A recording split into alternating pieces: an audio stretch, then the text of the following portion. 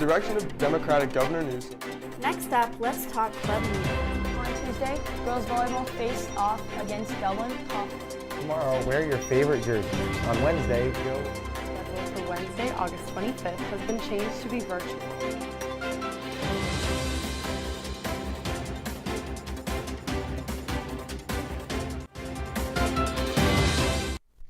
Good morning, Pioneers. Today is Wednesday, May 11th. I'm Alan D. And I'm Caden Mitchell, and this is your Orange Juice. Seniors, if your parents ordered a graduation yard banner from the volleyball fundraiser, your banner can be picked up in the main office. Now, here's Bobby with the results from this year's Kentucky Derby. Good morning, Pioneers. My name is Bobby Drexel, and I'm here to talk about the 148th Kentucky Derby and Rich Strike's historic comeback. Okay. The 148th Kentucky Derby took place last Saturday. The winner was Rich Strike, a long shot horse who came into the race with 80-1 odds of winning. Rich Strike wasn't even in the Derby until the day before when a horse got scratched from the race. Greg Blasi was the rider of Rich Strike, and he and his owners only paid $30,000 for the horse, when others normally pay millions. Rich Strike was in the 17th position into the final turn and began accelerating through the horse pack, moving to the inside as the race entered the final stretch. As Zandon and Epicenter battled for the lead, Rich Strike streaked alongside the rail to claim victory in the final seconds. Rich Strike's final time was 2 minutes and 2 seconds for the mile-and-a-quarter race. If someone bet $1 for Rich Strike to win, they would earn $80 in return. This is one of the biggest upsets in Kentucky Derby history. The owner of Rich Strike, Rick Dawson, said in an interview, "We always felt if we could just get in, we'd have a shot, and we proved it today." Rich Strike collected a purse payout of $1.86 million for the victory. That's all we have for you today, Pioneers. Now, back to the desk. Attention class of 2024. The junior class cabinet application is linked below. If interested in applying, please read through the responsibilities of your position and submit your application by May 13th at 3 p.m. Also, juniors in NHS, if interested in being on the leadership team for next year, should fill out the application on Schoology. You should then turn in the application during the meeting after school this Friday, May 13th. Yesterday, we accidentally ran the state robotics recap. Here's some updated information on the Ozone Robotics trip to the World competition. Hey Pioneers!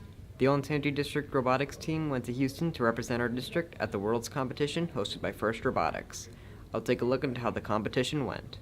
At World Competition, we competed for First Robotics, which is the challenge where high schoolers can build a robot, as opposed to First Lego League and First Tech Challenge, which are just smaller divisions of First Robotics for younger kids. The experience in Houston was a lot of waking up early and taking a train to get to the convention center as early as possible to beat the lines to get in, and then just double checking everything, running a lot of tests, making sure everything worked all the time so that we were prepared.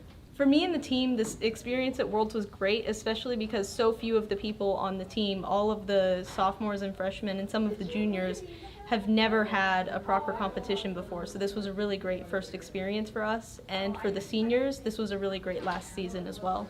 The competition for Ozone Robotics, we made it to the semifinals for our division. There were 6 divisions, which was the top, I think, 12 teams in each division. At Houston, we learned a lot of being able to look at your competition and not see them as your competition, but see them as people that you can learn from. And if you lose a match, you don't think about how you lost and how you could have done better. You think about the people that beat you, and you take inspiration from them and think about what you can do better. That was a look at the World competition and the performance of Ozone Robotics.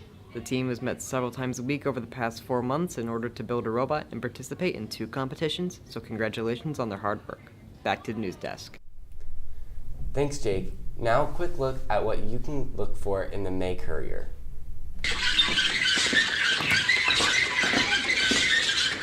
My God, you're such a Leo! Read about star signs in the Courier.